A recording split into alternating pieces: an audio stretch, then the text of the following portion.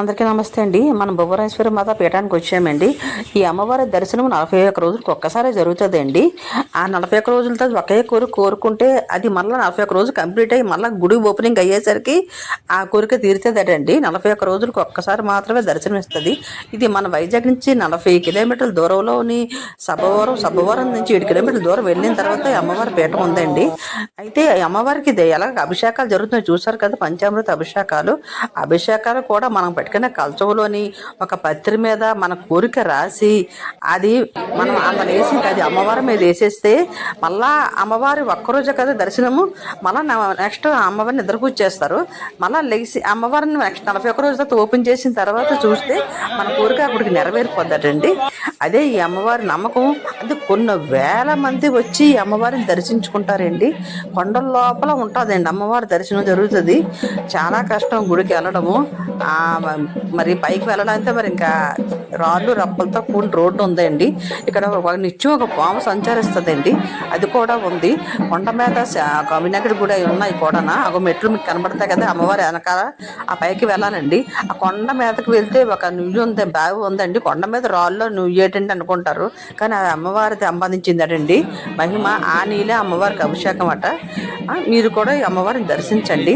Already నేను first video నేను పెట్టాను, ఇది సెకండ్ వీడియోగా రిలీజ్ చేస్తున్నాను. నేను ఈ దర్శనానికి వెళ్ళాను.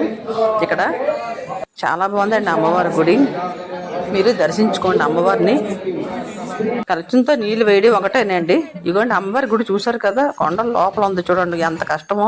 అందరూ కొన్ని వేల మంది వస్తారు, ఎందుకంటే ఒక్కరోజే దర్శనం అవడంతో వస్తారు. అందుకు ప్రతి కోరిక నెరవేరుతుందటండి 100%. కమిటీ వాళ్ళు చెప్పిన దాని ప్రకారం నేను చెప్తున్నాను. ఇదిగోండి ఆ కొండ మీదన బాగా ఉందంట. వెళ్ళాలనుకున్న తాళ్ళు కట్టారు, అది బండి వెళ్ళొచ్చు.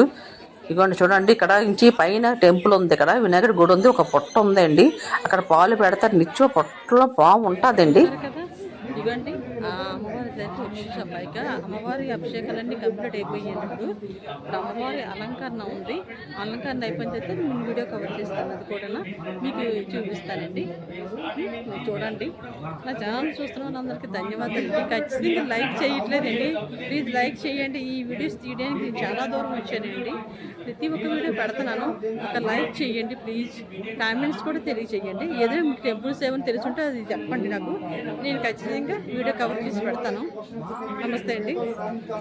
ఇంకా అమ్మవారిని దర్శించుకున్నారు కదా, మీరు కూడా ఎప్పుడైనా అవకాశం ఉంటే వెళ్ళి అడ్రస్ చెప్పానండి.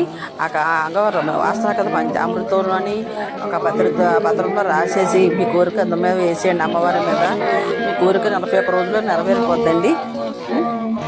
ప్లీజ్ నాకు ఒక లైక్ చేయండి, కామెంట్స్ పెట్టండి. అందరికీ నమస్తే అండి.